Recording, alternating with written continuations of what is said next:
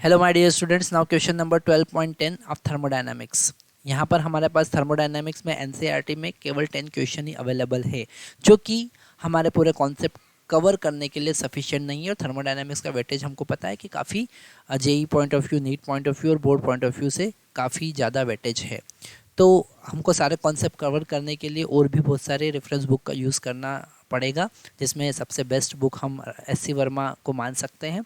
तो उसके और प्रीवियस ईयर के क्वेश्चंस अगर हम सॉल्व कर लेते हैं तो हमारे थर्मोडायनामिक्स के सारे क्वेश्चन सॉल्व हो जाते हैं। तो बहुत ही जल्दी हम जेई के प्रीवियस ईयर के क्वेश्चंस और एस.सी. वर्मा का सॉल्यूशन भी प्रोवाइड करने वाले हैं।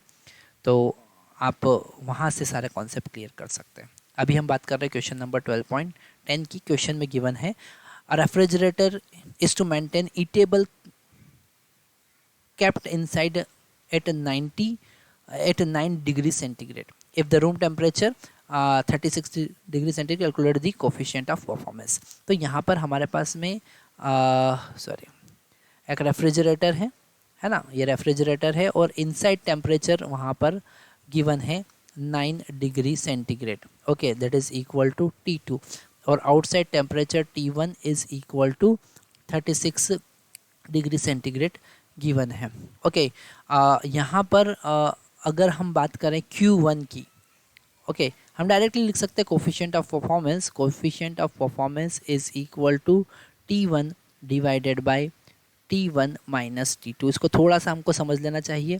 कोफिशिएंट ऑफ परफॉर्मेंस की अगर हम बात करें, कोफिशिएंट ऑफ परफॉर्मेंस की अगर हम बात करें तो वो होता है कि कितना हीट उसने रिजेक्ट किया, total amount of heat rejected divided by work done. Okay, और this can written as Q1 divided by Q1 minus Q2।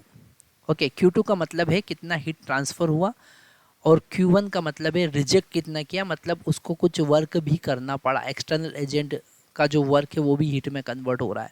Okay, और इससे हम कॉर्नोट इंजन के लिए, अगर ये कॉर्नोट इंजन के कॉन्सेप्ट पे वर्क कर रहा है तो Q1 is directly proportional to T1 and Q2 is directly proportional to T2. So this will become T1 divided by T1 minus T2। यहाँ पर हमको केल्विन में टेम्परेचर रखना होगा, तो T1 को हम लिख सकते हैं 36 प्लस 273 केल्विन, तो इट विल बिकम 903 केल्विन।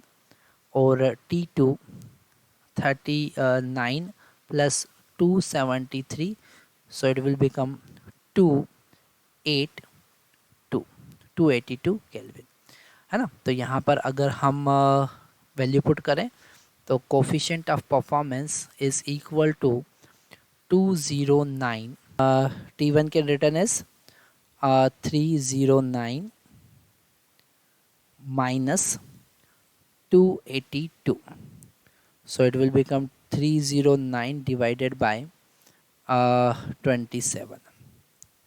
इसे हम आगे कैलकुलेट करेंगे तो आंसर हमको मिलने वाला है 10.44। ओके, ये एक यूनिट लेस क्वांटिटी होता है।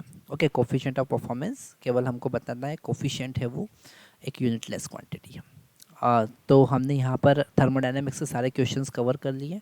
अगर अभी भी आपको कोई डाउट आता है और इस टॉपिक से रिलेटेड या फिर कोई दूसरे टॉपिक से रिलेटेड कोई भी डाउट आता है, so you can comment me, you can ask any time. Okay, we are always here to support you. It is kind of free education we are providing to all deserving students. Thank you very much.